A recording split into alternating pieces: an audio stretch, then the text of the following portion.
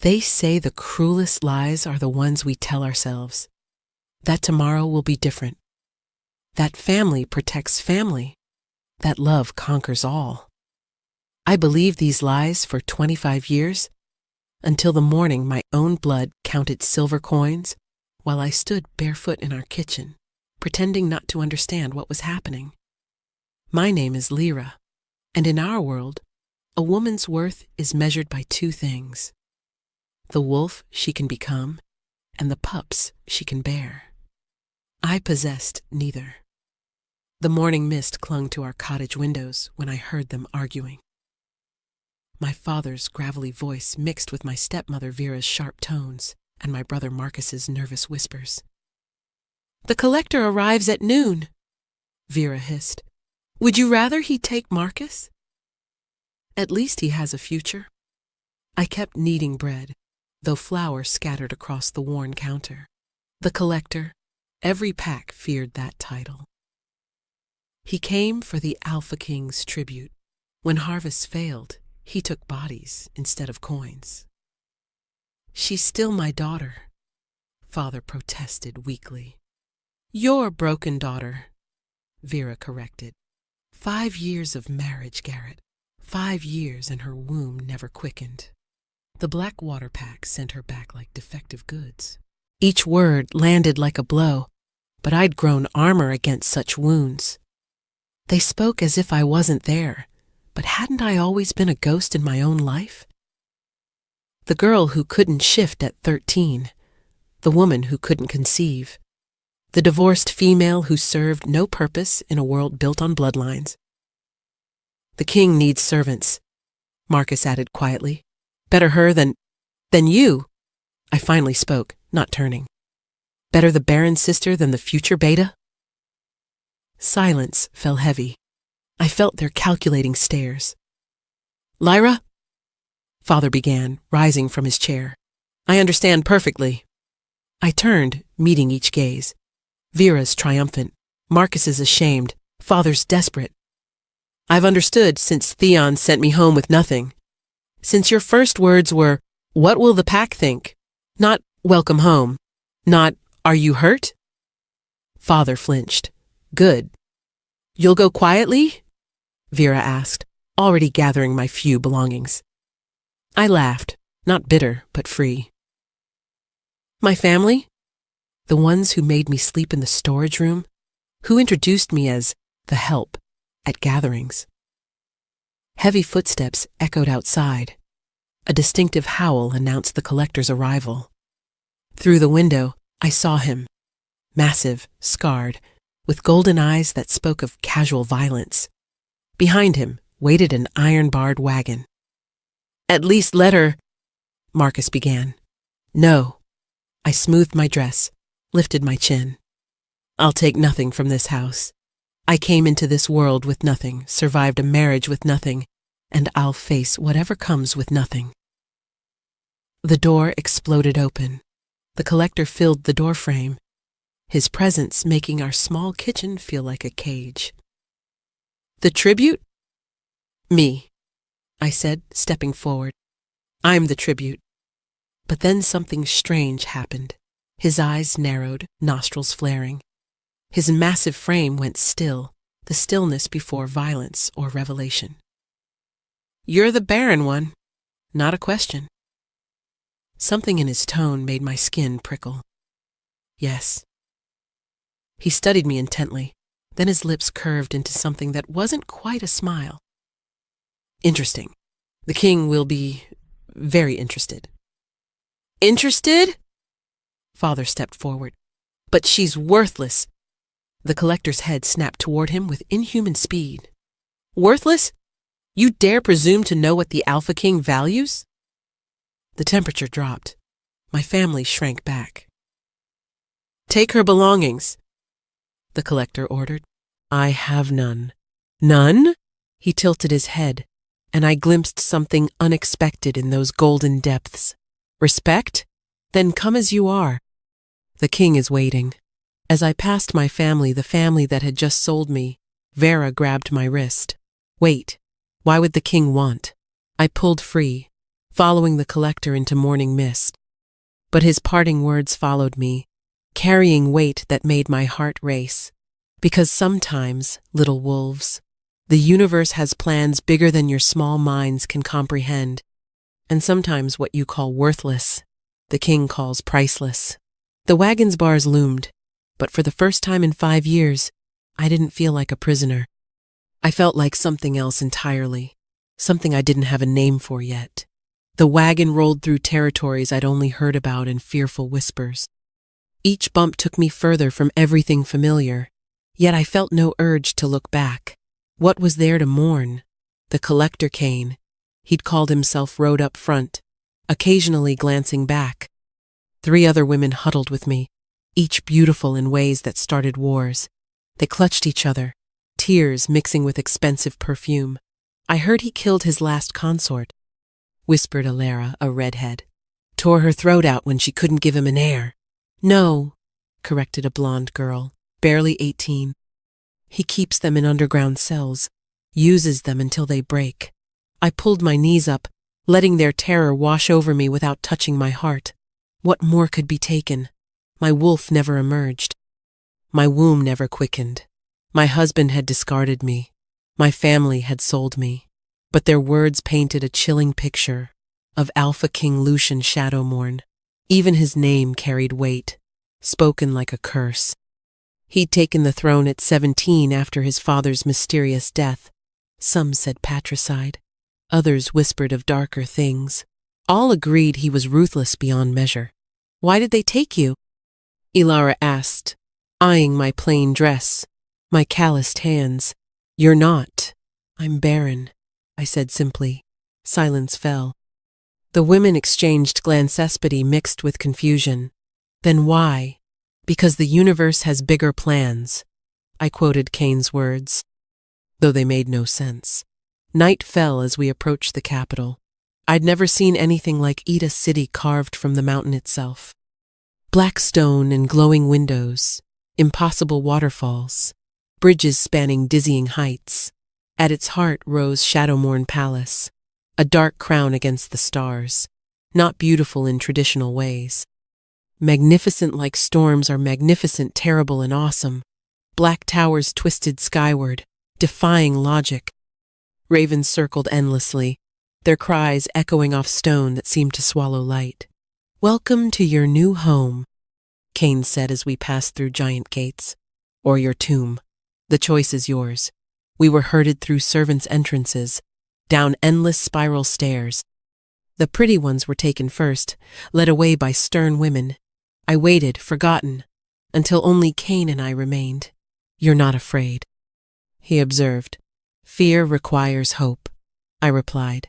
Hope that things could be different, that you have something left to lose. He studied me with those golden eyes. The king will find you. Interesting. You keep saying that. Why? Instead of answering, he led me through different corridors, stranger. Wall carvings hurt to look at directly. Wolves that seemed to move. Moons shifting through phases. Women transforming into beasts. The old wing, Cain explained. From before the Shadowmourne line. Before the kingdom forgot what it was. We stopped at a door marked with unreadable symbols. Beyond lay not a cell, but a chamber filled with impossible moonlight. Books lined every wall. A bed draped in silver and black. A window showing stars that couldn't be real. I don't understand. No, Cain agreed. But you will. He left, locking the door with a key that sang like crystal. I explored my strange prison books in unknown languages, constellations that wheeled in impossible patterns. The air itself tasted different, wilder. Time moved strangely. Then footsteps, not guards' measured tread, or servants' quick patter. These carried weight, authority, inevitability. The door opened without a key. He stood silhouetted, and my first thought was that stories lied. They called him monster, beast, savage. They hadn't mentioned darkness could be beautiful, that power could move with fluid grace, that eyes could hold midnight and starlight. Lucian Shadowmourne was tall enough I had to tilt my head back. Black hair fell to his shoulders, held by a dark metal circlet. Scars marked his skin-not disfigurements but decorations. Simple black clothes carried more authority than any crown, but his eyes held me. Not amber like most alphas. Silver shot through with black veins, like moonlight on dark water. Ancient eyes and a face that couldn't be past 30. "Lyra," he said. My name. A recognition. A summoning. A claim. At last. "Your Majesty, I'm afraid there's been a mistake. I'm not." "Not what?" He entered, air shifting with him. "Not beautiful? Not fertile? Not whole? Tell me, little wolf who cannot shift, what are you not?" No mockery came. Only curiosity, challenge. "I'm not afraid of you," I heard myself say. He smiled, devastating. "No, you're not. Do you know why?" I shook my head. "Because you've already been broken by smaller men with smaller cruelties. Because you've been told what you're not so often. You've forgotten what you are. And what am I?"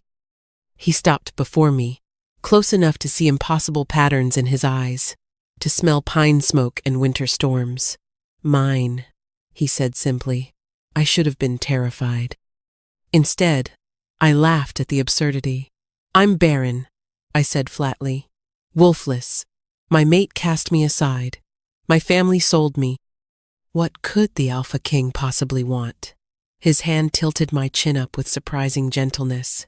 "Your mate was a fool. Your family. Bigger fools. But tell me, Lyra, did anyone ever test what you truly are?" "I don't understand." "No," he agreed. "But you will. Tomorrow, you'll stand before the entire court. Every alpha, every person who dismissed you will watch as I claim you." My heart hammered. "Claim me? I can't give you heirs." "Can't?" His eyes flashed dangerously. "That word is banned here. You'll learn new words. Power. Destiny. Mate." "Mate?" I whispered. "Impossible. I had a mate. The bond broke when he rejected what he couldn't understand." Lucian's voice dropped to a growl. "When he threw away treasure because he was too blind to see?" His hand cupped my face fully. The world tilted. Something electric passed between us not. The biological mate bond I'd shared with Theon. This was deeper, older, recognition at a cellular level. "What are you doing to me?"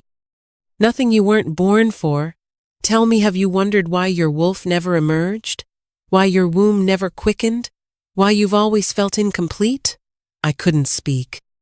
Because yes, I had wondered, had felt that constant ache, like a song missing its final note. "Your bloodline is older than the Pax," he continued. "Your family forgot, diluted it until it nearly vanished.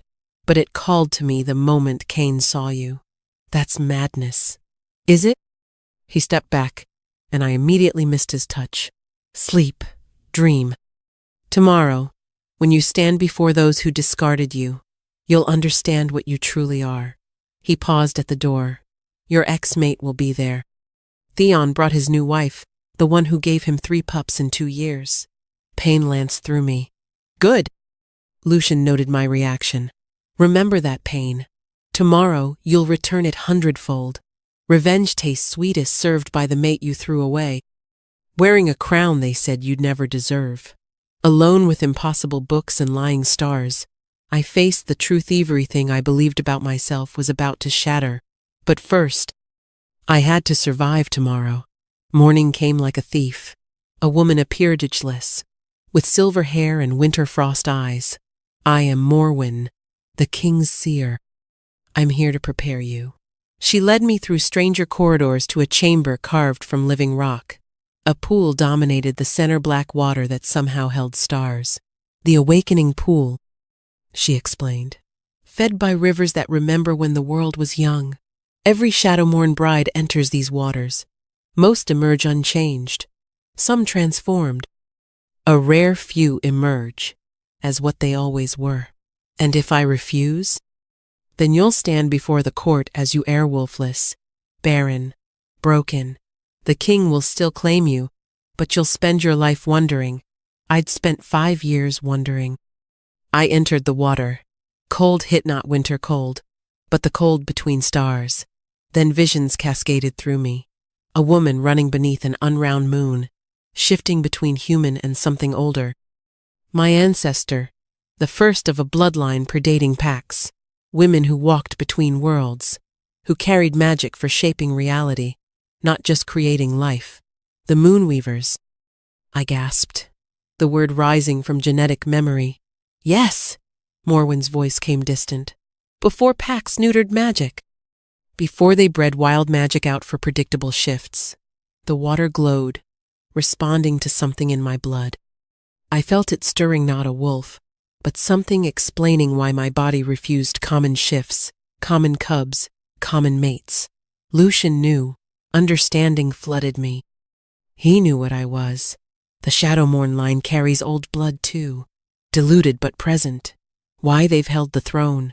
Why other alphas fear them. Why Lucian never took a mate despite every pack offering daughters. He was waiting. For you, the last Moonweaver, the one his blood recognizes as equal, as mate, as queen. I rose from the water, power rising with me. Not shifted forms or enhanced strength, but something older. Air shimmered with possibility. Stone hummed with recognition. For the first time, I felt whole. Morwen wrapped me in shadow and starlight robes. Now you're ready. But power recognized isn't power claimed. Before all who deemed you worthless, you must choose accept what you are, or remain what they made you believe. They dressed me in liquid night sky, constellation patterns shifting with each breath. The Queen's crown dark metal twisted with silver, unworn for 3 centuries. When they led me to the throne room's antechamber, I barely recognized my reflection. The plain woman was gone. Not traditionally beautiful, but compelling like storms. My eyes held silver now, my skin luminescent. The crown belonged. Ready? Cain asked. Every pack leader within 3 days' ride. Your former mate, your family, all gathered for what they assume is your humiliation. Through massive doors, I heard the crowd. Fragments reached me. The barren one. Insult to offer her. Losing his mind. I've been ready for 5 years, I replied. I just didn't know what for. The doors swung open. Silence fell like a blade. The throne room was dark, magnificent's black pillars rising to shadows, ravens in the rafters, their eyes gleaming. At the far end, on an obsidian throne, sat Lucian. Between us stood everyone who dismissed me as worthless. I began the long walk. My father huddled with Vera and Marcus, faces cycling through shock and disbelief. Pack leaders who'd sympathized when Theon cast me aside, secretly relieved their bloodlines stayed untainted. And there, among honored guests, Theon himself. 5 years had been kind to him. Golden hair still caught light.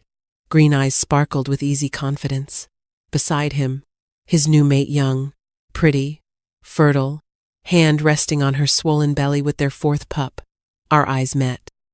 I saw recognition dawn, shock, confusion, realization that the woman he'd discarded walked toward the throne wearing a queen's crown. I didn't smile. Didn't acknowledge him beyond that glance. He was past. I walked toward future. Whispers rose. Is that her? The barren one? Impossible. She looks different. What's that crown? Why is she glowing? I reached the throne and turned. Lucian rose, commanding absolute attention with simple movement. He descended with predatory grace. Lords and ladies. His voice carried effortlessly. You expect to witness me claim another consolation prize, another fertile daughter for alliance or favor. He reached me, circling slowly. The crowd held its breath. Instead, witnessed something unseen for 3 centuries. Recognition of a true queen. Awakening of old blood. Union of Shadowmourn and Moonweaver. Gasps rippled. Older wolves stepped back, recognition and fear in their eyes. They remembered stories dismissed as myth. This cannot be, Lord Blackwater called out Theon's father. The Moonweaver line is extinct. Even if not, this woman is barren, can't shift. My son cast her out for good reason. Lucian's smile was all teeth. Your son cast out treasure because he was too stupid to recognize it, like a child throwing away diamonds. He raised his hand power, rippled through the room, dark and ancient, but then I raised mine. Different power answered, silver to his shadow, starlight to his void, perfect opposites in perfect balance. Ravens screamed, pillars hummed, air crackled between us. Lyra of the forgotten line, Lucian said formally, last of the moonweavers, keeper of old magic, you deemed worthless by lesser wolves. I recognize you. I claim you. I offer not just my hand, but throne, power, soul. Will you accept? This was the moment. I could refuse, return to shadows and whispers, or step into what I was born for. I looked at Theon, his fertile wife, the life I was supposed to want, then at my father, the family who'd sold me. Finally at Lucian, who'd seen through broken surface to power beneath. I accept, I said, my voice carrying its own power, but not as possession, not as consolation, not as less than equal. I accept as queen, as moonweaver, as the mate your blood has called for. His grin was fierce, proud, feral. I would have you no other way. He kissed me before the entire court. Not gentle political alliance or desperate new love, but claiming and recognition, binding powers that shook the palace foundations. When we parted, the world had shifted. I saw it in their eyes, fear, awe, sudden recalculation. Behold your queen, Lucian commanded. Any who challenge this union may do so now. Silence stretched taut. Then Theon stepped forward, face twisted with rage and regret. This is farce, he snarled. She's barren, worthless. I know I wasted 5 years trying to breed her. Whatever tricks, whatever illusion, doesn't change what she is. Broken, defective, mine to discard. Power erupted from my instinctive, like a sleeping giant stirring. Silver light blazed. Theon flew backward, slamming into a pillar with a crack that echoed. Yours? I stepped forward, crowd parting. I was never yours. You were placeholder while my blood waited for its match. You couldn't breed me because your seed was too weak for a moonweaver's womb. Couldn't hold me because your soul was too small. I stood over him as he struggled to rise. But I should thank you. If you hadn't thrown me away, I might have spent my life pretending to be less. Might never have discovered I wasn't broken just too much for a lesser wolf. Lyra, my father's voice trembled. What have you become? I turned. What I always was. What you were too afraid to see. What you sold for 30 pieces of silver. We didn't know. Marcus stepped forward ashamed. You feared. You conformed. You threw away a gift. I looked at each father, stepmother, brother, but I forgive you. They blinked, shocked. Your cruelty led me here. Your blindness cleared my sight. Your betrayal taught me family isn't blood its choice, and I choose him. I returned to Lucian, the one who saw not what I lacked but what I was. We ascended together. Shadows writhed, reforming into 2 equal thrones. Let it be known. Lucian addressed the stunned crowd. The age of single rulers ends today. Old blood runs true. Any who challenge our reign you're welcome to try. Ravens screamed approval. Pillars sang. One by one, every wolf including my family, including Theon, dropped to their knees. Long live the king. Long live the queen. But as they dispersed, I caught something in Lucian's eyes. Knowledge unshared. A secret. What aren't you telling me? His smile was gentle, but his eyes held storms. Awakening your power was easy. Keeping you alive when other kingdoms learn what you are, that's where our real story begins. Thunder rolled across clear skies. Ravens took flight. And somewhere distant, I heard howls of things not quite wolves, welcoming their lost daughter home. The testing began at dawn. I woke to my bedroom transformed. Where elegant furniture stood, raw forest now grew. Ancient trees cracked through marble, moss-covered walls. In the canopy above, the forgotten watched with eyes like dying stars. Interesting decor, I said, proud my voice didn't shake, though I prefer floors without splinters. A laugh echoed from everywhere and nowhere. Not human, not animal, something between that prickled my skin. The last moonweaver cried, a voice whispered, begged, broke. The last moonweaver wasn't me. I stood, grateful for my nightgown. Are we doing this here? Or somewhere with better lighting? Silence. Then the world shifted. I stood in an impossible clearing. 3 moons wheeled above in different phases. Silver grass sharp as knives beneath my feet. The forgotten emerged creatures of terrible beauty. Part wolf, part raven, part woman, part shadow. Every moonweaver must prove worth, the largest said. Beautiful once, before time and power twisted her beyond mortal comprehension. Bloodline means nothing if spirit is weak.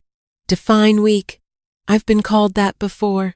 Funny how I'm still standing. She smiled. Too many teeth. Brave words. Let's see if power matches tongue. First test. Control. Air shimmered. Figures materialized. Theon, young and handsome. My father, disappointed. Vera, sneering. Still broken, false, Theon said. Pretending you're special. Worthless girl, father added. Should have drowned you at birth. Barren waste, Vera hissed. Taking space meant for real wolves. They circled, words a familiar symphony, but something was different. Words that once cut deep now merely annoyed. This is the best you can do? I asked. Phantoms of people whose opinions stopped mattering when they sold me? The figures shifted recent wounds? Noble ladies whispering, guards suspicious. Even Lucian, cold calculation replacing warmth. She's a fraud, Phantom, Lucian said. I needed a symbol. Did she really think a king could love something so damaged? That stung, but I noticed his power signature was wrong flat. Not the real darkness, with silver lightning. You're not him, I said. You're my fear's given form, and I don't care. Power burst from me. Silver light burned phantoms away. The forgotten stumbled back, surprised. Impressive, she admitted. But control isn't just power, it's restraint. Second test, compassion. The clearing became my burning village. Wolves ravaged streets, tearing apart those who couldn't shift. Screams mixed with howls. A child ran past, pursued by a massive wolf. I moved between them. The wolf skidded to a halt, snarling. Move, Moonweaver. This is natural order. Strong consume weak. Natural order? I laughed without humor. Nothing natural about slaughter. Make me. Power coiled, begging release. I could destroy this wolf. The old me wanted to. But no. I knelt at the wolf's level. I won't fight, but I won't move. If you want that child, go through me. When you taste my blood, you'll taste truth. Strength without mercy is just another weakness. The wolf lunged. I closed my eyes. The world dissolved. Back in the silver clearing, the forgotten watched with respect. Most choose violence, she observed. Most haven't spent their lives receiving violence. I know what it does. I won't become what I despise. Final test. Truth. The clearing became a mirror showing truth without mercy. I saw myself truly. Not the queen I played, not the broken woman I'd believed, but real, scared, angry, powerful, vengeful, kind, cruel. All the contradictions that make us human. I saw my real feelings about Theonot indifference, but deep wounds still bleeding. Hunger for power, not just to help, but to never be helpless. Attraction to Lucian tangled with fear. Desire for connection warring with need for control. This is who you are, the forgotten said. Flawed, angry, damaged. Is this the Moonweaver queen you'd show the world? I stared at my reflection, then smiled. Yes, Because perfection is a lie. I am flawed. I am angry. I am damaged. But also strong, kind, learning. I won't pretend perfection. I'll be real. That's what makes me dangerous to those ruling through illusion. The mirror shattered. The clearing dissolved. I stood in my bedroom normal again. 3 forgotten stood in true forms, ancient and terrible yet less frightening. You pass? The leader said formally. You are acknowledged as true Moonweaver. That's it? No dire warnings? She actually smiled. Almost human. Passing was the pronouncement. Most die or go mad. As for warnings, trust sparingly. Love deeply. Power is tool, not master. And beware the shadow court.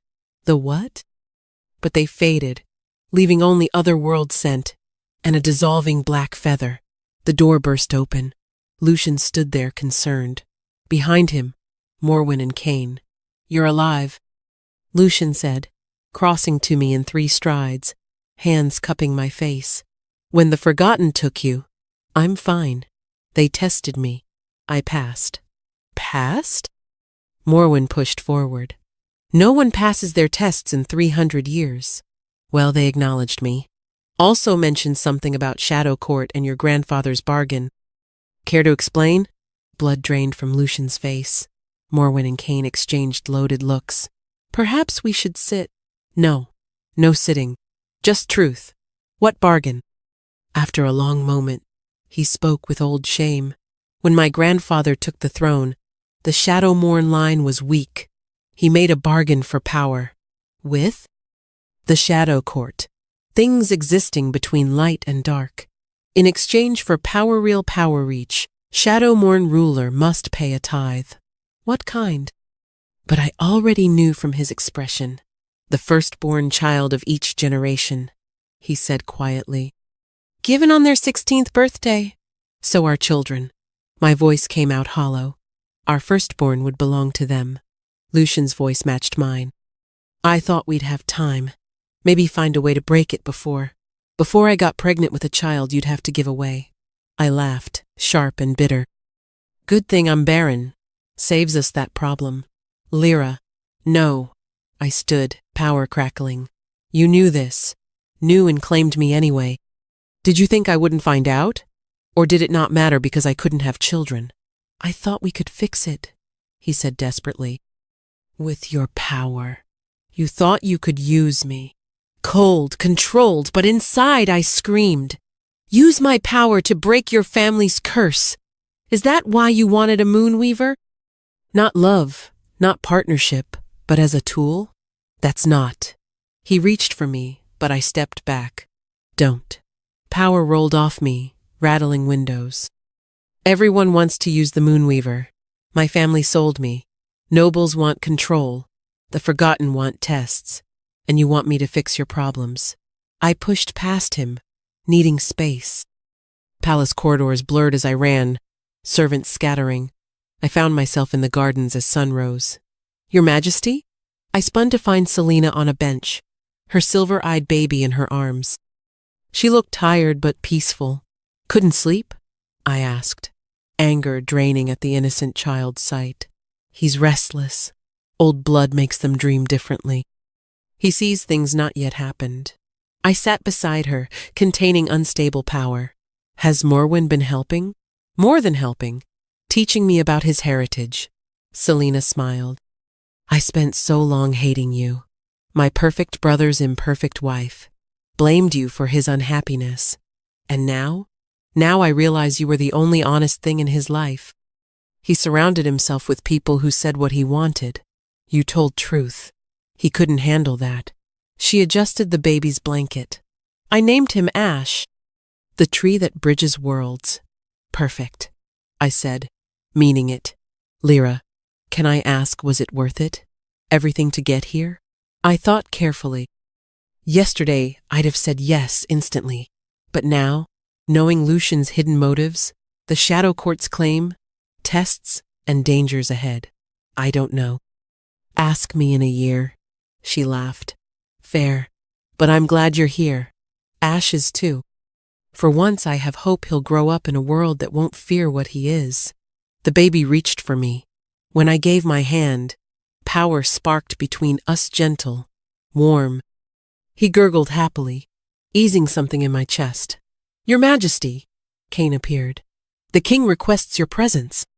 Noble houses gather for morning court. Of course they do. I stood, squaring shoulders. Tell His Majesty I'll attend shortly. After dressing appropriately, Cain departed. I looked at my nightgown, then Selena. Advice for facing people who probably want me dead? She grinned, showing family resemblance to Theon but genuine where his was calculated. Be exactly yourself. They expect tyrant or victim. Give them neither. Give them a queen who knows her worth. Walking back, I felt weight settling. Shadow Court, Lucian's deception, Noble's expectations. The Forgotten's acknowledgement, but also purpose. I'd been defined by lack so long. Now I could define myself by choices. Morning court awaited. Lucian would be there. We'd face each other across the gulf of secrets. Nobles would test, probe for weakness. Let them. I'd been tested by beings older than memory, faced deepest truths without breaking. Discovered betrayal where I'd hoped for belonging and still stood. I was Lyra, last Moonweaver. Queen, because I chose myself. Anyone thinking that made me weak would learn otherwise. The dynamic between Lucian and me had shifted. No longer just newfound mates. Two people with secrets, agendas, bloodlines pulling different directions. But fine.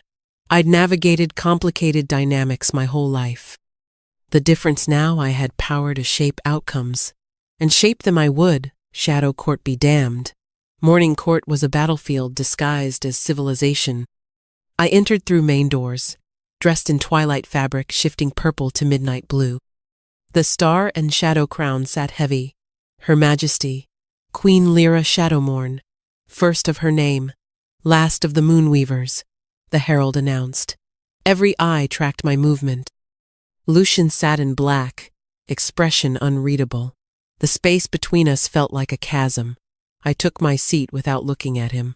Lord Aldrich of the Mountain Clans, the herald continued. A grizzled wolf stepped forward, bowing perfectly incorrect. Your Majesties, interesting developments. The Moonweavers return after centuries. One wonders what other surprises await. Those who pay attention to signs aren't surprised, I replied, letting power thread my voice subtly. The wise prepare. The foolish cling to outdated assumptions. His eyes sharpened. And which am I, Your Majesty? That depends entirely on your next words. He smiled, recognizing the test. Then let me speak plainly. The mountain clans have long memories. We remember when Moonweavers walked freely. When the old ways were honored, we would welcome their return. Truth or trap? I studied him, then made a choice. Those who remember the old ways understand they required balance. Not dominance of magic over wolf or wolf over human, but harmony. Are the mountain clans prepared for such change? Change is the only constant, Majesty. We adapt or perish. Wise words. I inclined my head slightly. The crown acknowledges the mountain clan's wisdom. One potential ally gained, or enemy revealing itself slowly. Time would tell. The morning continued, each noble testing, probing. But something had shifted. Where yesterday they'd shown fear or calculation, today held something else. Curiosity. Some genuine, some dangerous. All reassessing. Fascinating, Lucian murmured during a brief pause. They're actually listening to you. Did you expect otherwise? I kept my voice neutral. I expected resistance. Instead, you're weaving them into your web without them realizing. I learned from the best manipulator I know. I let him hear the edge. You. He flinched, but recovered. Lyra, about this morning. Not here. I cut him off. We have an audience. Perform your part, Your Majesty. I'll perform mine. The rest of court passed in careful dance. By the end, I'd identified 3 potential allies, 5 certain enemies, and dozen waiting to see which way winds blew. Progress. But Lucian's betrayal sat like poison between us. Trust, Once broken, wasn't easily repaired. Still, I'd survived worse. Been broken by smaller betrayals. This too I would navigate. The Shadow Court loomed. Other kingdoms would learn of my existence. Tests would come harder and faster. But today, I'd proved something to myself. I didn't need anyone's validation. Not Lucian's, not the nobles, not even the Forgottens. I was enough, exactly as I was. Flawed, angry, powerful, real. And that terrified them more than any perfect queen ever could. Days blurred into a strange rhythm. By day, I held court and navigated political waters. By night, Lucian and I performed the perfect royal couple, while the Shadow Court's threat hung between us like a blade. "You can't avoid me forever," he said one evening, catching me in the library I'd claimed as sanctuary. "I'm not avoiding you. I'm protecting myself." I didn't look up from the ancient text about Shadow Court bargains. There's a difference. "Lyra, please. Let me explain." "Explain what?" "That you saw a broken woman and thought perfect. She can't have children anyway? So the Shadow Court can't claim them? Or did you hope my power could break your curse before that became an issue?" He sank into the chair across from me. For once, the perfect king looked haggard. "Both. Neither. It's complicated. Then uncomplicate it. I dreamed of you," he said quietly. "Since I was 7, the seeing pool showed me a brown-eyed woman who'd become silver-eyed. My mate.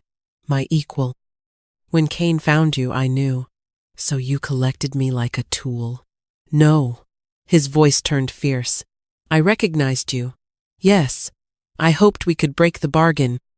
Yes. Your inability to have children seemed like fate's kindness. But Lyra," he leaned forward, "I would have claimed you regardless. Barren or fertile. Powerful or powerless. Because you're mine, and I'm yours. And that truth runs deeper than any curse." I wanted to believe him, but trust, once shattered.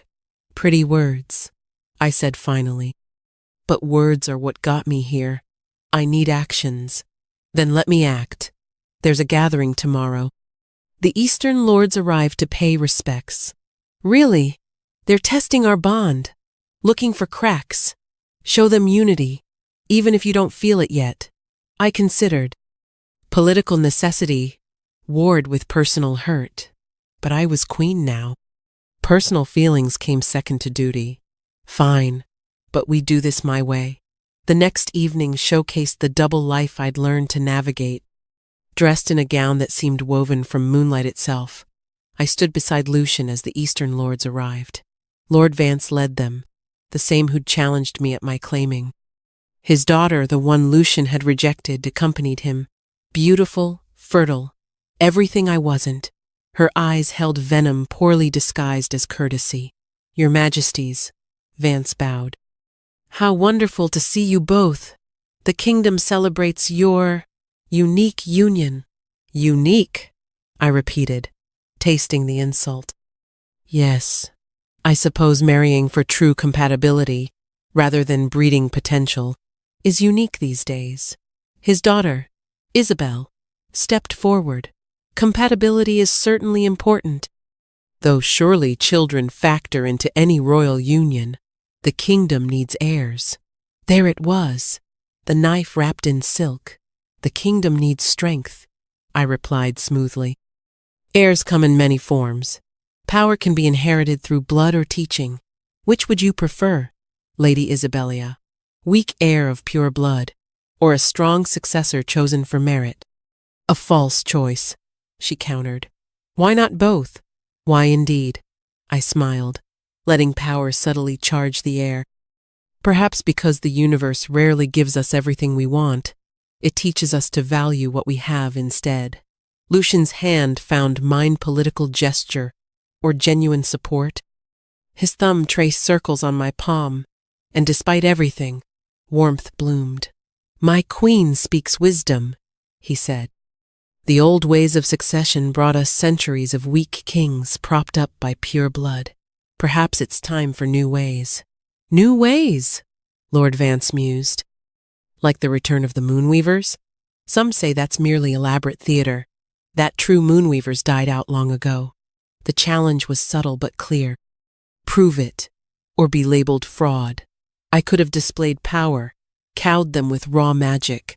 Instead, I chose subtlety. Lord Vance, I said gently, your youngest son, he suffers from moon madness, doesn't he? The healers say it's incurable. His face went rigid. How did you? The old blood recognizes its own ailments. He's not mad. He has dormant moonweaver heritage, probably from your wife's line. It's trying to manifest, but can't find proper channels. I released Lucian's hand, stepping toward Vance. I could help him. Would you like me to prove the moonweaver's return by healing what your healers cannot? The hall went silent. Vance's careful mask cracked, showing desperate father beneath political player. You could do that? Bring him tomorrow, privately. We'll see what's possible. I let kindness color my voice. Whatever else divides us, Lord Vance, no child should suffer for their heritage. The gathered nobles exchanged glances. In one move, I'd shifted from defending to offering, from question to questioner, from potential fraud to potential savior. Your Majesty's kindness is unexpected, Isabel said carefully. Is it? Perhaps you've been listening to the wrong stories about me. I accepted a wine glass from a passing servant. I find people often fear what they don't understand. Tell me, Lady Isabel, what do you fear? She blinked, caught off guard. I fear nothing, Your Majesty. Nothing. How terrifying that must be. I sipped my wine. Fear keeps us human. I fear many things, letting down those who depend on me, becoming what others tried to make me, losing those I've learned to care for. My eyes found Lucian briefly. But I've learned fear can be a teacher if we let it. And what has it taught you? Another lord asked, genuinely curious now. That broken things can be reforged stronger. That power without purpose is just destruction waiting to happen. That sometimes our greatest weaknesses become our greatest strengths, if we're brave enough to embrace them. Pretty philosophy, Isabel said, recovering. But the kingdom needs more than words. Then it's fortunate I offer more than words. I set down my glass. Tomorrow, Lord Vance's son. Next week, I'll hold open court for any with old blood ailments. The week after, we'll discuss reforming the laws that keep humans as second-class citizens. Actions, Lady Isabel. Judge me by those. The evening continued, but something had shifted. Where before they'd come to find weakness, now they reassessed. Some with hope, others with calculation, but all with newfound respect. Later, alone on our private balcony, Lucian stood beside me as we watched the Eastern Lord's carriages depart. That was masterful, he said quietly. You turned their attack into opportunity. I learned from watching you, I admitted. The king who makes enemies into allies through unexpected kindness. Is that what we are? Enemies? I turned to study him. Moonlight caught his features, softening the harsh angles. I don't know what we are. The mate bond pulls me toward you, but trust. Trust takes time to rebuild. I have time, he said simply. All the time you need. What about the Shadow Court? Do we have time before they come collecting? His jaw tightened. I'm working on it. There are old texts, older allies. We'll find a way. We? I challenged. We, he confirmed. Whatever else stands between us, Lyra, we face the Shadow Court together. I won't let them take our children. Children we can't have, I reminded him. Can't? He smiled sadly. You banned that word, remember? The Moonweavers were full of surprises. Who says their last daughter won't surprise us all? I wanted to argue, but exhaustion won. Tomorrow would bring Lord Vance's son and new challenges. The double life of public unity and private distance would continue. But tonight, standing in moonlight with the complicated man who was both my greatest support and deepest betrayal, I allowed myself a moment of peace. Lucian, I said as he turned to leave. Yes? Thank you for having my back tonight, even when I don't have yours yet. His smile was worth kingdoms. Always, my queen, even when you hate me. Especially then. He left, and I remained on the balcony, watching stars wheel overhead. The double life was exhausting. But perhaps, someday, it might become single truth. Perhaps. Lord Vance arrived at dawn with his son. The boy, barely 15, shook with tremors that had nothing to do with cold. His eyes, when they focused, held swirls of silver among brown.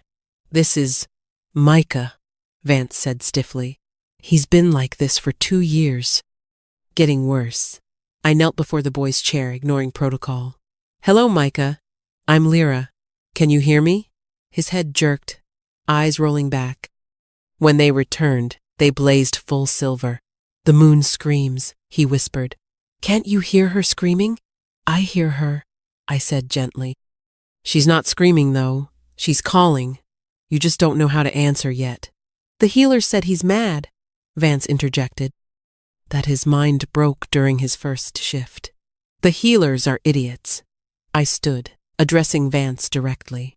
"Your son isn't mad. He's awakening to dormant Moonweaver blood without guidance. It's like trying to contain an ocean in a teacup. Can you help him?" "Maybe, but it requires trust and privacy." I glanced meaningfully at the guards. Vance hesitated, then dismissed everyone except himself. Even Lucian, who'd been observing silently, withdrew at my nod. "Now," I said, returning to Micah, "let's see what you really are." I placed my hands on his temples. Power flowed between us, chaotic in him, controlled in me. I saw his struggle, visions he couldn't understand, power he couldn't channel, a wolf trying to exist alongside something older. "Oh, sweet boy," I murmured. "No wonder you're in pain." In his mind, I built walls not to contain but to organize, channels for power to flow safely, spaces for wolf and moonweaver to coexist. It was exhausting work, requiring precision and care. Hours passed. Sweat beaded my forehead. Vance paced, occasionally stopping when Micah cried out. Finally, I pulled back. Micah's eyes opened brown again, but with permanent silver flecks. Clear, sane, whole. "Father?" His voice came out hoarse but lucid. "What happened?" I had the strangest dreams. Vance crashed to his knees, gathering his son close. The proud lord wept openly, clutching the child he'd thought lost. "Thank you," he said brokenly. "Thank you, Your Majesty. I owe you everything." "You owe me nothing," I corrected. "But Micah will need training. The old blood is stable now, but it must be nurtured. Send him to me twice a week. We'll ensure he grows into his gift safely." "Of course. Anything." Vance stood, helping Micah up. The boy moved normally now, tremors gone. "Your Majesty, I misjudged you. My loyalty is yours." After they left, I slumped in my chair, drained. Healing broken Moonweaver blood took more than I'd expected. "That was extraordinary," Lucian said from the doorway. "And politically brilliant. Vance commands 3 lesser houses. You just secured the entire Eastern Alliance." "I didn't do it for politics," I said tiredly. "That boy was suffering." "I know." He crossed to me, hesitating before touching my shoulder. "May I?" I nodded, too exhausted to maintain walls. His hands were gentle as he massaged tension from my shoulders. "You gave him a gift beyond healing," Lucian murmured. "You gave him hope. Vance, too." He'd been watching his son die slowly for 2 years. "There are others," I said. "I can feel them now. Dormant bloodlines scattered across the kingdom. Lost, confused, labeled mad or defective. We'll find them all," he promised. "Create a school, maybe. Somewhere they can learn safely." "We?" I turned to look at him. "If you'll let me help." His hands stilled on my shoulders. "I know I've broken trust, but watching you today..." "Lyra, you're everything I dreamed and more. Let me earn my place beside you." Before I could respond, Morwen burst in. "Your Majesties, urgent news. The Shadow Court sent an emissary. They're demanding an audience." Ice flooded my veins. Already? They've sensed the old blood awakening, Morwen explained. Multiple dormant lines activating. They want to know why. When? Lucien's voice went hard. Tonight. Midnight. The old throne room. I stood. Exhaustion forgotten. Then we'd better prepare. The hours flew too quickly. As midnight approached, we descended to the old throne room, a place I'd never seen. Unlike the grand hall above, this was carved from living rock, older than the castle itself.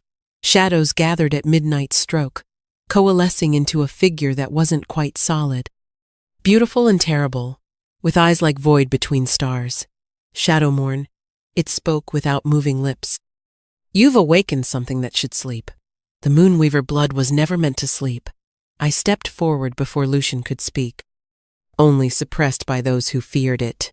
The entity turned those void eyes on me. Ah, the last daughter. We wondered when you'd surface. It glided closer. Do you know what you've cost us?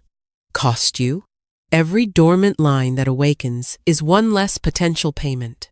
The bargain specifies firstborn of Shadowmourn blood.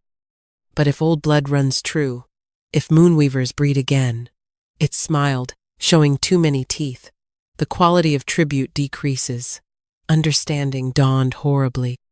You prefer broken bloodlines, easier to claim, to corrupt. Clever girl. Yes, we've fed on the dynasty's cast-offs for centuries, but you're changing things, making them whole, strong, useless to us. Then change the bargain, I challenged, laughter like breaking glass. The bargain is iron, clad, but perhaps adjustments could be made if you're willing to pay a different price. What price? Lucien demanded. Her. It pointed at me. The last pure Moonweaver. Give her to us willingly, and we'll release all future claims. Every Shadowmourn child born free. No. Lucien's refusal came instant. Absolute. Never. I wasn't asking you. The entity said. I'm asking her. Well, little Moonweaver, your life for all future generations? Isn't that what heroes do? I stood silent, mind racing. The offer was tempting, solve everything with one sacrifice. But, no, I said finally, because you're lying. Take me, and you'll still come for the children. Just with different excuses. The entity's smile widened. Perhaps, or perhaps not. Willing to risk it? I'm willing to negotiate properly. The old bargain was made in desperation, but powers have shifted. What do you really want? Interesting. It circled us. You'd bargain like equals? Aren't we? You need us as much as we need freedom from you. Otherwise, why appear now? Why not wait until children exist to claim? Silence stretched. Then, 3 nights hence. Bring your proposals. We'll discuss alternatives. It vanished, leaving only cold and the scent of between spaces. That was insanely dangerous, Lucien said, challenging them directly. Got us 3 days, I interrupted. 3 days to find leverage. What leverage could we possibly have? I smiled grimly.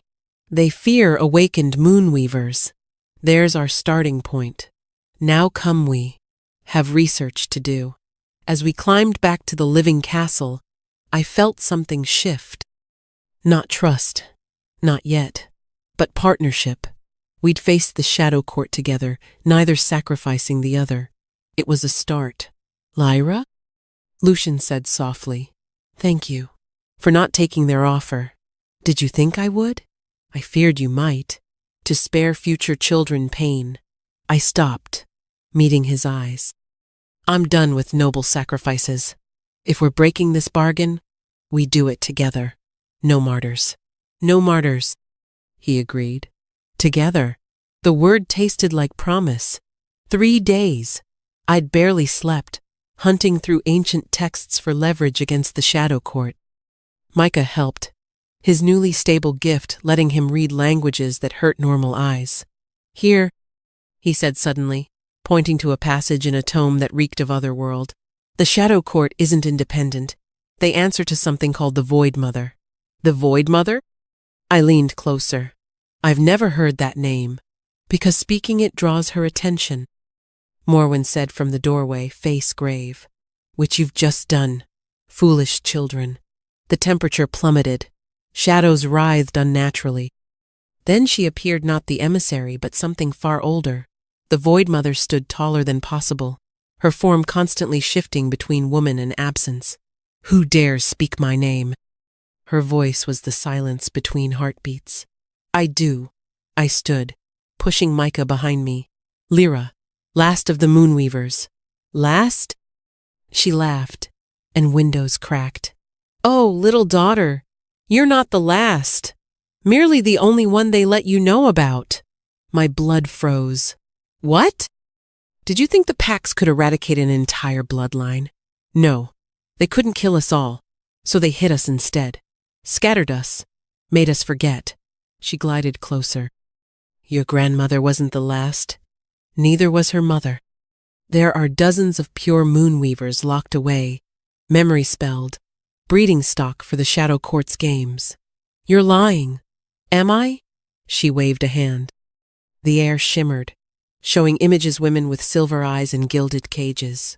Some young, some old, all bearing the unmistakable mark of pure blood.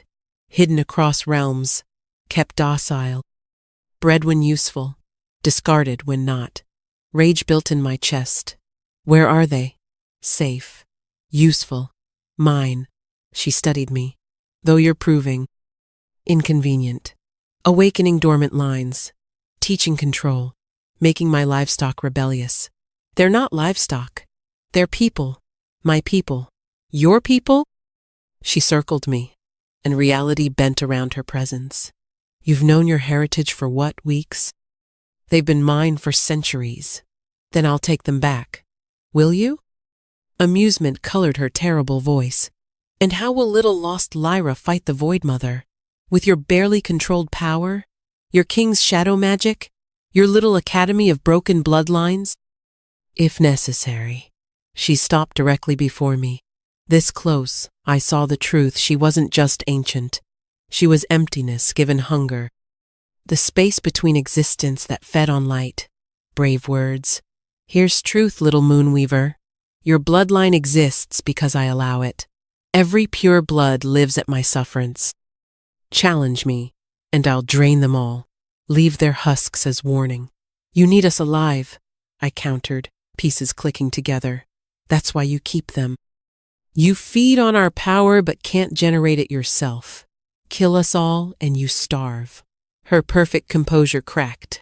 Clever, but not clever enough. Yes, I need Moonweavers. But I don't need them whole, or sane, or willing. More images women screaming silently, power being pulled from them like thread from a spindle. My stomach churned. So what do you want? I forced steadiness into my voice. Originally? Status quo. Your king's firstborn is scheduled. Occasional drainage from my stock. Balance maintained. She paused. But you're disrupting things. Making waves. So new terms. Stop awakening bloodlines. Stop your little healing crusade. Accept your place in the order of things.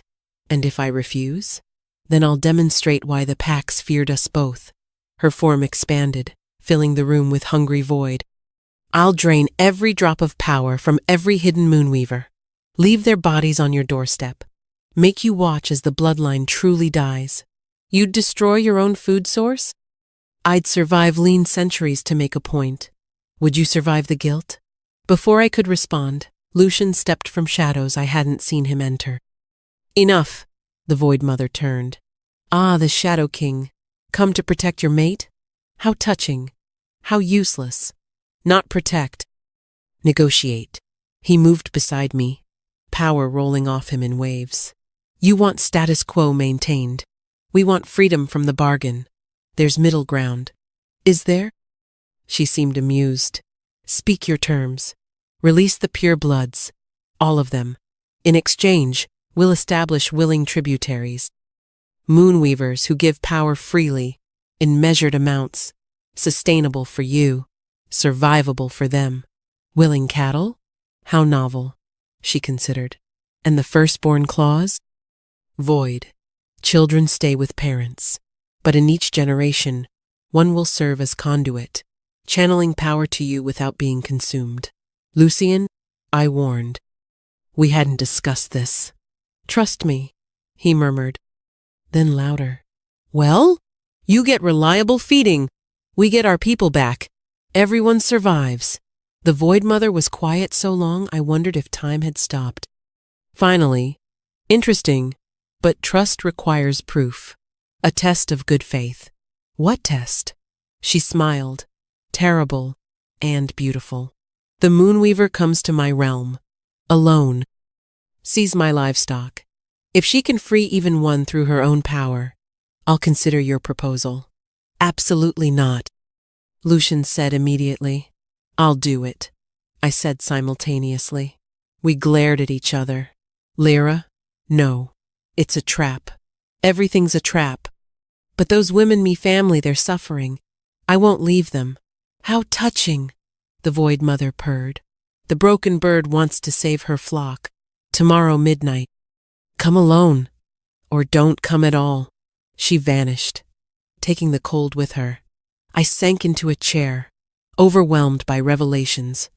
Living moonweavers, hidden centuries, fed upon like cattle.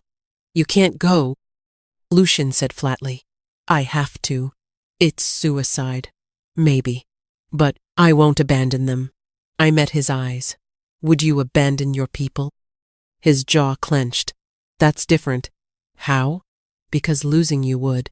He stopped, running hands through his hair. Just don't go. Please, give me another option. Any other option that saves those women.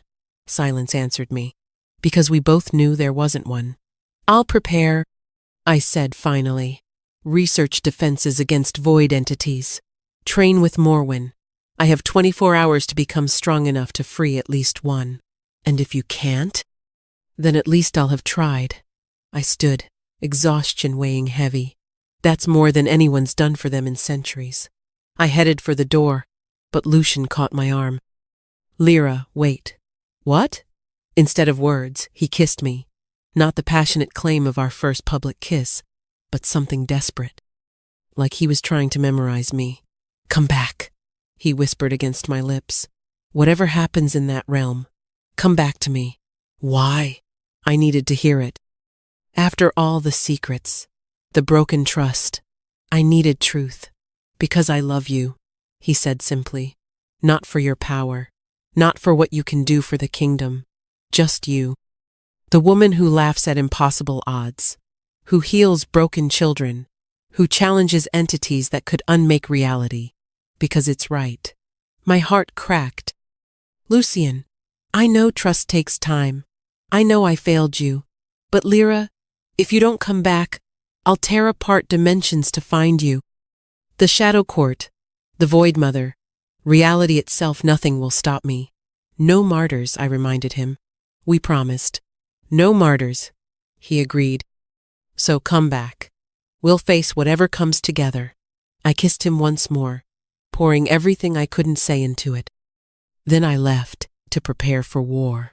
24 hours to become strong enough to challenge the Void Mother in her own realm, to free women who'd been prisoners for centuries, to prove the last Moonweaver was worth more than all who'd come before. No pressure at all. Midnight arrived like an executioner. I stood in the old throne room, dressed in armor Morwen had found Moonweaver battle gear from centuries past, silver mesh that sang with protective enchantments. Last chance to reconsider, Lucian said. He'd stayed with me all day, helping prepare, teaching shadow defenses. Neither of us mentioned it might be our last day together. You know I can't. I checked the weapons at my belt, silver daggers that could cut between realms. Crystals charged with raw moonlight. Then I'm coming with... No. I touched his face gently. She said alone. Break that condition, and those women die. I hate this, he said roughly. Hate sending you into danger I can't share. Now you know how I felt about the Shadow Court secret. The words came out softer than intended. Helpless. Angry. Terrified for someone you... Someone you what? His eyes searched mine. Someone I love, I admitted. Despite everything, because of everything, I love you too. His breath caught. Lyra. The air tore. The Void Mother appeared, smile sharp as winter. Touching, but time's up. Come, little moon weaver. Your family awaits. She extended a hand that wasn't quite there. I took it, feeling reality slip away like water. The last thing I saw was Lucian reaching for me as dimensions folded. Then nothing. Then everything. I stood in a place that defied description. Not dark darkness implied the absence of light. This was the absence of existence itself. Only the Void Mother's will gave it shape, and that shape was horror. Cages stretched endlessly. Each held a woman, some barely older than children, others ancient beyond measure. All had silver eyes. All stared at nothing with the blank gaze of the soul broken. Behold your heritage, the Void Mother said. 43 pure bloods, some taken as infants, some bred here, all mine. I approached the nearest cage. The woman inside couldn't have been 30, but her eyes held centuries of emptiness. When I touched the bars, she flinched. Hello, I whispered. I'm Lyra. I'm here to— No one comes, she interrupted, voice rusty from disuse. Only the hunger comes. Always the hunger. How long? I asked the Void Mother. How long has she been here? Time moves differently in my realm. She's been mine for 50 years? 100? Does it matter? Rage built in my chest. Their names. Tell me their names. Names? She laughed. They're numbered. Easier to track inventory that way. I moved from cage to cage, fury growing with each blank stare. These women were me what I could have been. Sold, discarded, forgotten. But where I'd found power, they'd found only endless consumption. Choose quickly, the Void Mother prompted. Which one will you try to save? You get one attempt. I studied each cage, looking for any spark of awareness. Near the back, I found Hera girl who couldn't be 16, newer than the rest. Her eyes still held defiance beneath the emptiness. That one, I decided. 37? The Void Mother seemed amused. Taken last winter. Still fights during feedings. Amusing but tiresome. Very well. The cage dissolved. The girl 37 stumbled out, legs weak from confinement. I caught her, feeling the echoes of drained power in her bones. What's your real name? I asked gently. I don't. She shook her head. Mira. I think. Everything's foggy. Mira. I gripped her shoulders. I'm going to get you out, but I need you to trust me. Trust? She laughed brokenly. I trusted my parents. They sold me to men who brought me here. My story. All our stories. The eternal song of women deemed worthless. Then don't trust me, I said. Trust yourself. Trust the power they couldn't quite steal. It's still there, buried deep. Help me find it. I placed my hands on her temples, diving into the wreckage of her mind. The Void Mother had been thorough walls everywhere, channels blocked, power siphoned but not destroyed. They needed the source intact to feed from. This won't work, the Void Mother observed. I've had months to break her. You have minutes. I ignored her, focusing on Mira's core. There, a spark of silver. Wrapped in so many barriers, it looked like a dark pearl. I began unweaving, using techniques Morwen taught me. But each barrier I removed, 2 more appeared. The Void Mother's work was masterful, cruel, efficient. Give up, she suggested. Accept the natural order. Some are predators. Some are prey. No. I dug deeper, power flowing from me to Mira. We're not prey. We're not cattle. We're— Pain exploded through me. The Void Mother had struck, her touch draining. I felt my power being pulled away, exactly as she'd done to countless moonweavers. Foolish child, she crooned. You think you're special? Different? You're just the next meal. But as my power drained, something unexpected happened. It hit Mira's barriers from inside. Pressure building. The stolen power recognized its sister, responded to its call. No, the Void Mother hissed. That's not possible. I pushed harder, letting her drain me. My power flooded into Mira, overwhelming the carefully constructed barriers. They shattered like spun glass. Mira screamed. Silver light exploded from her, raw and uncontrolled but free. The nearest cages rattled. Other women stirred, sensing change. Stop, the Void Mother commanded. You'll destabilize everything. Good, I gasped, falling to my knees. The drain was agony, but Mira was glowing now, her power returning in a rush. I remember, Mira whispered. I remember who I am. What I am, what they took. She turned to the Void Mother, and for the first time in centuries that ancient entity stepped back. You fed on us, Mira said, voice gaining strength. Made us forget, made us weak. But she gestured to me. She reminded me, power shared multiplies, power hoarded diminishes. You forgot that, parasite. Careful, child, the Void Mother warned. I could unmake you with a thought. Could you? I struggled to my feet, supported by Mira. Or have you grown dependent on easy feeding? When did you last face a moonweaver who remembered her strength? The Void Mother's form flickered just for a moment, but we all saw it. Doubt, fear, the predator realizing the prey had teeth. This changes nothing, she said, but her voice held less certainty. One freed among dozens. You've proved nothing. I've proved they can be freed, I countered. That your hold isn't absolute. That given time and help, every woman here could reclaim herself. Time you don't have. Our bargain was one. You've freed one. Now leave.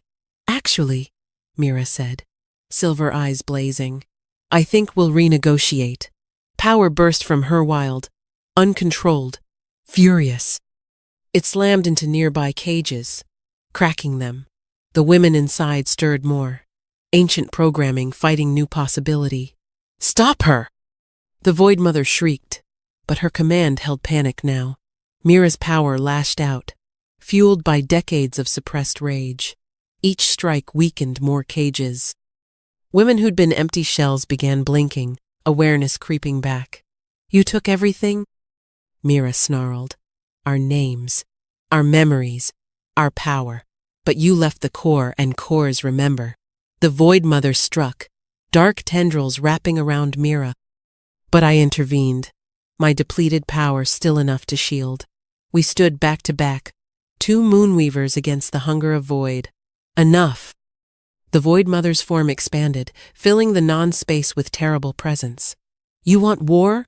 I'll show you why your ancestors surrendered. Reality twisted. Pain beyond description flooded through me. But in that agony, I felt something else, the other women responding. 41 caged moonweavers sensing the battle, their buried powers stirring. Feel that? I gasped to Mira. They're waking up. Impossible, the Void Mother snarled. But we heard the doubt. One cage cracked, then another. Women who'd been prisoners for centuries began remembering who they were beneath the hunger's touch. Enough. The Void Mother's voice shattered several cages completely. Leave. Now. Take your freed pet and go, or I'll drain you both to husks. I wanted to fight for all of them. But Mira was weakening, her newfound power burning too hot. And the Void Mother, despite her fear, still commanded this realm. This isn't over, I promised the waking women. I'll come back. We'll come back. All of us, free and strong. Empty promises, the Void Mother hissed, but her certainty was cracking. She gestured sharply. Reality folded. Mira and I tumbled through dimensions, landing hard on the throne room floor. Lyra! Lucian was there instantly, pulling me into his arms. You're alive. You're who is this? Mira, I managed. One of many. We have to go back. The others are where they've been for centuries. The Void Mother's voice echoed without form. But you've made your point. Let's discuss new terms. She materialized. Smaller now, controlled but visibly shaken. You disrupted my realm, cracked cages that held for lifetimes. That shouldn't be possible. Moonweaver power shared multiplies, I said, steadying myself against Lucian. You forgot that, feeding on isolated women. But together? We're stronger than your hunger. Perhaps. She studied Mira, who glared back defiantly. Very well. New bargain. I released them all of the mover time. 1 per month. In exchange, the Shadowmourn Firstborn Clause transfers to voluntary service. Each generation provides 1 willing conduit for a year. No permanent damage. All of them freed immediately, I countered. Voluntary service, yes, but only 6 months. And they choose when. You're hardly in a position. 41 Moonweavers, I interrupted. Awakening. Angry. How long before they break free themselves? How long before they come for you? Silence stretched taut. Finally, 20 per year, voluntary service of 9 months. Final offer. I looked at Mira, at Lucian, at Morwen, who'd appeared in the doorway. All nodded. Deal, I said, but I choose the release order, and they come to me, not dispersed. Agreed. The Void Mother's smile was bitter. You've won this round, little queen, but power has prices. Remember that when your gathered sisters want more than freedom. She vanished. I collapsed, exhaustion hitting like a mountain. But Mira caught me, her strength returning. Thank you, she whispered, for reminding me who I am. Thank you, I replied, for being brave enough to remember. The next hours blurred, healers tending wounds. Mira settling into guarded quarters, messages sent about incoming refugees, and through it all, Lucian never left my side. You did it, he said quietly as dawn broke. You actually did it. We did it, I corrected. Your negotiation bought us room to breathe. 20 Moonweavers a year. 20 powerful, traumatized women looking for purpose. He squeezed my hand. Ready to lead them? No, I admitted. But I'll learn. We'll learn. Together. Together, he agreed. But even as hope bloomed, I couldn't forget the Void Mother's warning. Power has prices, and 43 Moonweavers, freed after centuries of torment, would want more than just sanctuary. They'd want revenge, justice, revolution, and honestly, I couldn't blame them. The real challenge wasn't freeing them.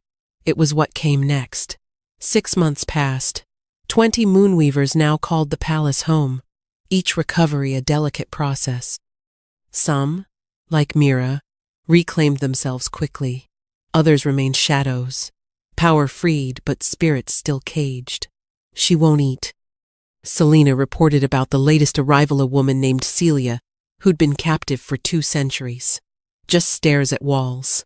Give her time, I advised, though my heart ached. And keep Ash near. The children helped them remember joy. My makeshift academy had grown. Dormant bloodlines came seeking training. Freed Moonweavers learned control.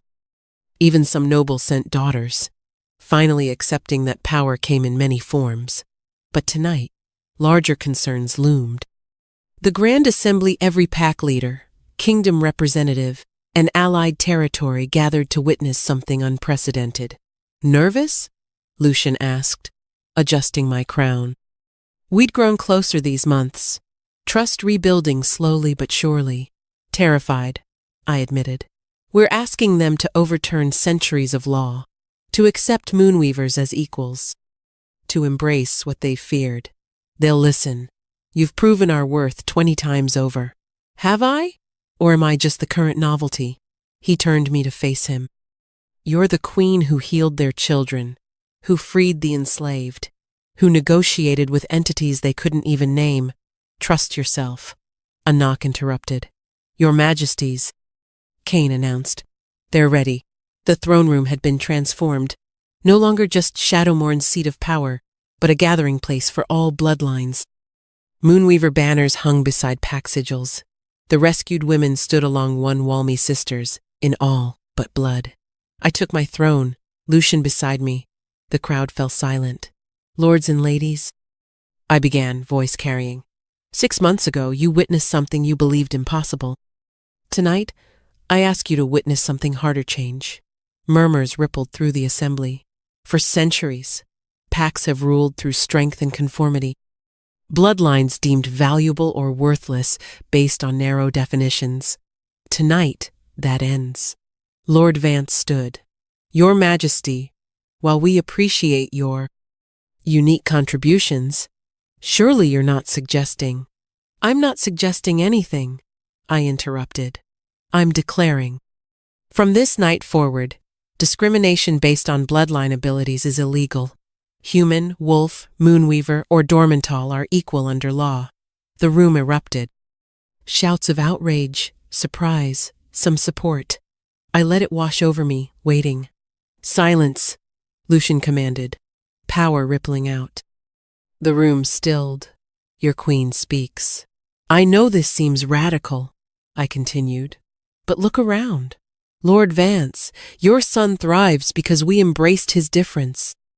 Lady Chen, your daughter's madness was dormant moonweaver blood. She now leads healing circles. Lord Rodriguez, your weak nephew commands shadow magic that rivals ancient masters. Each named individual straightened, living proof of my words. But more than that, I stood, power unfurling. We face threats beyond pack borders. The Void Mother was just the beginning. Ancient powers stir, drawn by our changing world. We need every gift, every bloodline, every difference united. Pretty words, Lord Blackwater sneered Theon's father, still bitter. But power structures exist for reasons. The strong lead, the weak follow. Nature's law. Nature's law? I laughed. Then let's discuss nature. Mira? She stepped forward, power crackling. 200 years ago, I was weak, sold for having fits. Those fits? Moonweaver awakening. The Void Mother fed on me for decades. Yet, I survived. Weak or wrongly defined? One example, Blackwater began. Shall we make it 20? I gestured to my freed sisters. Each has a story.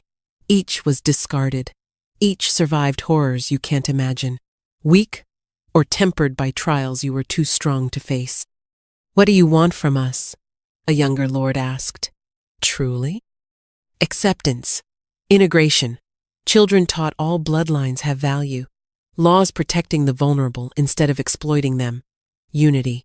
And if we refuse? I smiled coldly. Then you'll face the future alone. The Moonweavers won't disappear again. We won't hide. We'll build our own communities, our own power structures. And when the ancient threats come, and they will, Kome don't ask for our help. Silence stretched.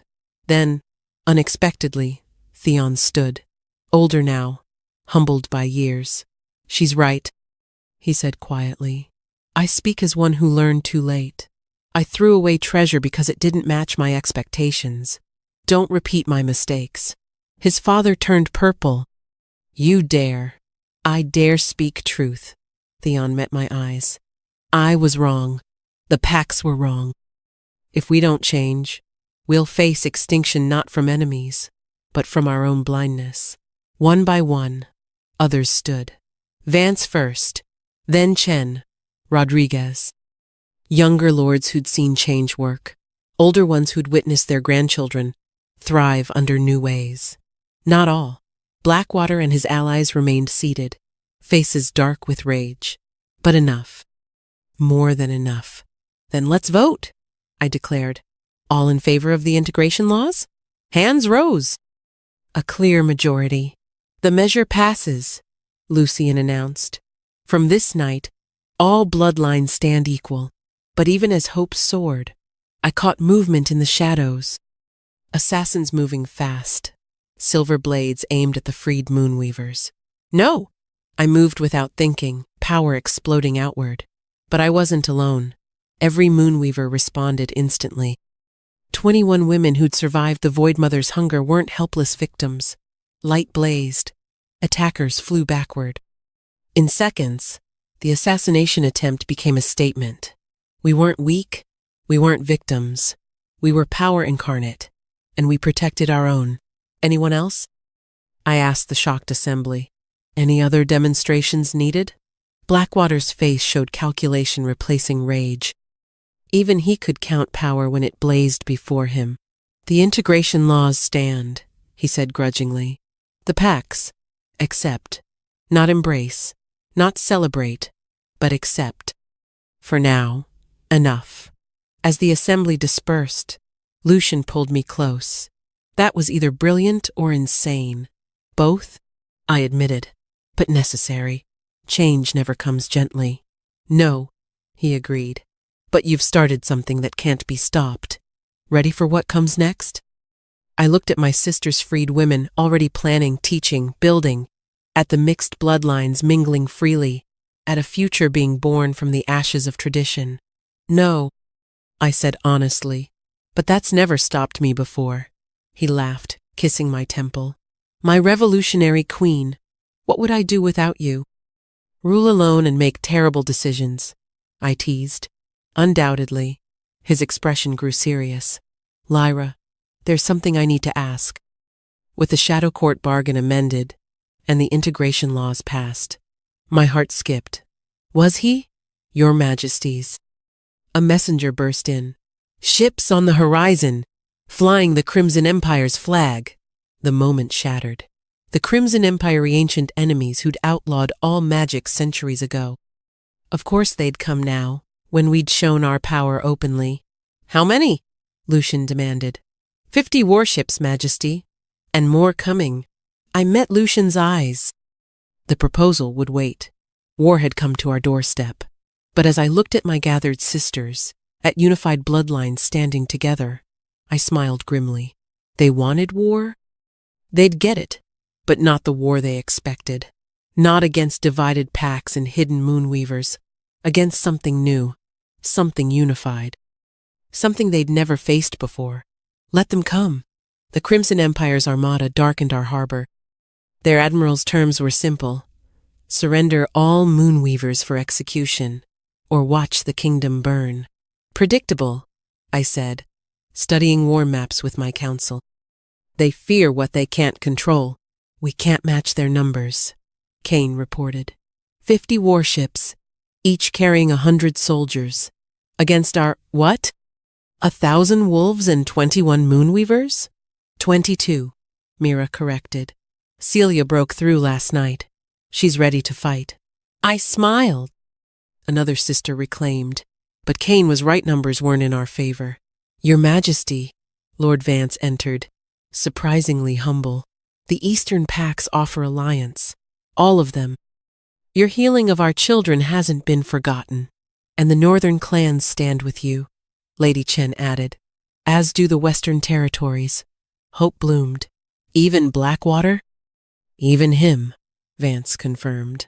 Faced with foreign invasion, Pack loyalty runs deep. We might squabble internally, but outsiders threatening our own? Never. How many? Lucian asked. 8,000 wolves, 2,000 human auxiliaries, and, Vance hesitated, 15 dormant bloodlines requesting activation. They want to fight as moonweavers. My sisters and I exchanged glances. Awakening dormant lines took time, energy. But in war, every advantage mattered. Bring them, I decided. We'll do what we can. The next 3 days blurred. Awakening ceremonies, strategy sessions, the Crimson Admiral's increasingly aggressive demands. But something else happened to Onity. True unity. Wolves worked beside moonweavers. Humans trained with mixed bloods. Old prejudices crumbled beneath shared purpose.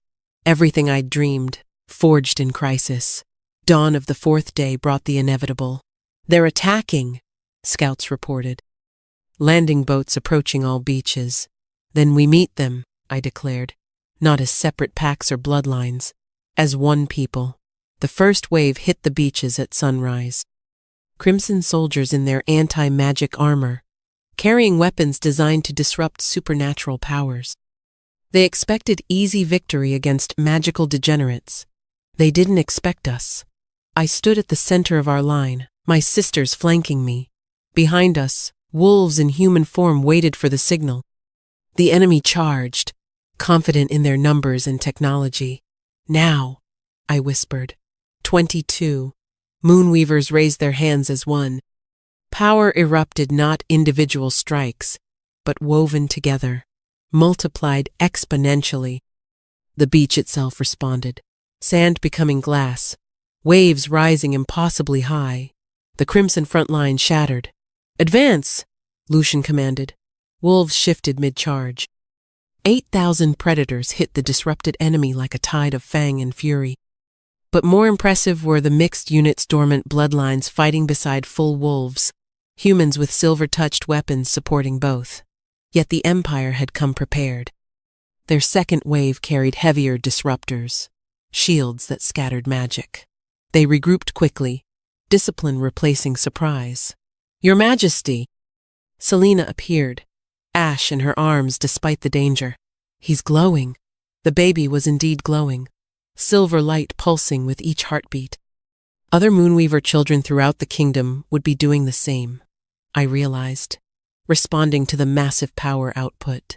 "The children," I breathed. "They're amplifying us." Not fighting, they were too young, but their untrained power sought outlet, found it in strengthening their elders. Every Moonweaver felt it, strength doubling, tripling. "Impossible!" the Crimson Admiral snarled from his flagship. "Magic has limits." "Your magic might," I called back, voice carrying impossibly far. "But we're not using magic. We're using birthright, legacy, the power you tried to extinct." I reached deeper, feeling not just my sisters, but every drop of old blood in the kingdom responding. The network Lucian and I had built, now bearing fruit. "Together," I commanded. What happened next would be debated by historians for centuries. Some called it miracle, others, evolution. I called it inevitable. Every Moonweaver, dormant or active, young or old, linked. Power flowed between us like shared blood. The wolves felt it too, their own magic intertwining with ours. Even humans touched by proximity found themselves connected. We were no longer individuals. We were legion. The sky itself cracked. Reality bent. The Crimson Fleet found themselves not in water but suspended in air, held by collective will. Their disruption technology, designed for individual targets, overloaded instantly. "Yield," I commanded, and my voice was the voice of thousands, or be removed. The Admiral, dangling hundreds of feet above water, yielded, but victory wasn't in their surrender. It was in what came after. "We could destroy you," I announced, still speaking with unified voice. "Erase your empire for threatening our children, but we're not you. We don't extinct what we fear." Slowly, carefully, we lowered their ships to water, disabled but not destroyed, defeated but not dead. "Go home," I continued. "Tell your emperor what you've seen. Magic isn't dying, it's evolving. And if you come again, we won't be merciful twice." They fled. As our connection gradually released, I found myself on my knees, Lucian supporting me. Around us, wolves howled victory. Moonweavers embraced. Humans cheered, not as separate peoples, but as one. "You did it," Lucian murmured. "True unity." "We did it," I corrected, then smiled. "Though I could sleep for a week." "Later," he said. "First, I believe we were interrupted earlier." My heart stuttered as he knelt beside me. From his pocket came a ringnut, elaborate, just silver and shadow twisted together. "Lyra," he began, "you've shattered every expectation, broken every barrier, united the impossible. Will you do one more impossible thing and marry me? Properly this time? Not for politics or bloodlines, but because I love you?" Through exhaustion, joy bloomed. Yes, the cheer that rose could probably be heard in the Crimson Empire. 5 years later, I stood on the same beach where we'd won our freedom. But now, instead of blood in the sand, children played wolf pups and Moonweaver babies and human youngsters, all together. "Mama!" a voice called. I turned to see my daughter running toward me, silver eyes bright with excitement. "Look what I can do!" She held out her hands. Light danced between them, not pure moonweaver silver or shadow-worn darkness, but something new, something unprecedented. "Beautiful Luna," I praised, scooping her up. "But remember, power is for protecting, not showing off," she recited. "I know, Mama." Behind her, her twin brother Dusk practiced shadow, walking with Lucian. Both our children, miracles the healers couldn't explain. The barren woman who'd given the kingdom heirs. "Your Majesty?" Mira approached, now my closest advisor. "The 42nd Moonweaver arrives tomorrow. Only one left. Only one sister still trapped. But she'd be free soon." The Void Mother kept her bargains grudgingly. "And the new territories?" I asked. 3 more kingdoms request alliance. Word-spread soonity makes us stronger than division ever could. I smiled, watching our mixed families play. 5 years ago, I'd been sold for 30 silver, told I was worthless, broken, barren. Now I was queen, mother, uniter of bloodlines, breaker of old ways. But most importantly, I was myself. Not despite my supposed flaws, but because of them. They'd shaped me, strengthened me, led me here. "Mama?" Luna asked. "Why are you crying?" "Happy tears, Moonbeam," I assured her. "Sometimes joy is too big for just smiling." Lucian joined us, Dusk on his shoulders. "The council can wait," he declared. "Family beach day is sacred." "The king skipping duty?" I teased. "Scandalous." "The king is learning priorities from his queen," he replied, kissing me softly. "And she's usually right." "Usually?" "Always," he corrected, laughing. As we played in the sand, our children shrieking with delight, I thought of that scared woman in her father's kitchen. If she could see this, see who she'd become, what she'd built, the love she'd found, would she believe it? Probably not. It was too fantastical, too impossible, too perfect for someone worthless. But that was the best part. The broken bird hadn't just learned to fly. She'd taught others they had wings too. And together, they'd soared beyond anyone's wildest dreams. Sometimes, the universe really did have bigger plans. Sometimes, being sold for silver led to treasures beyond gold. Sometimes, the very things that made you worthless were what made you priceless. I was living proof. The end.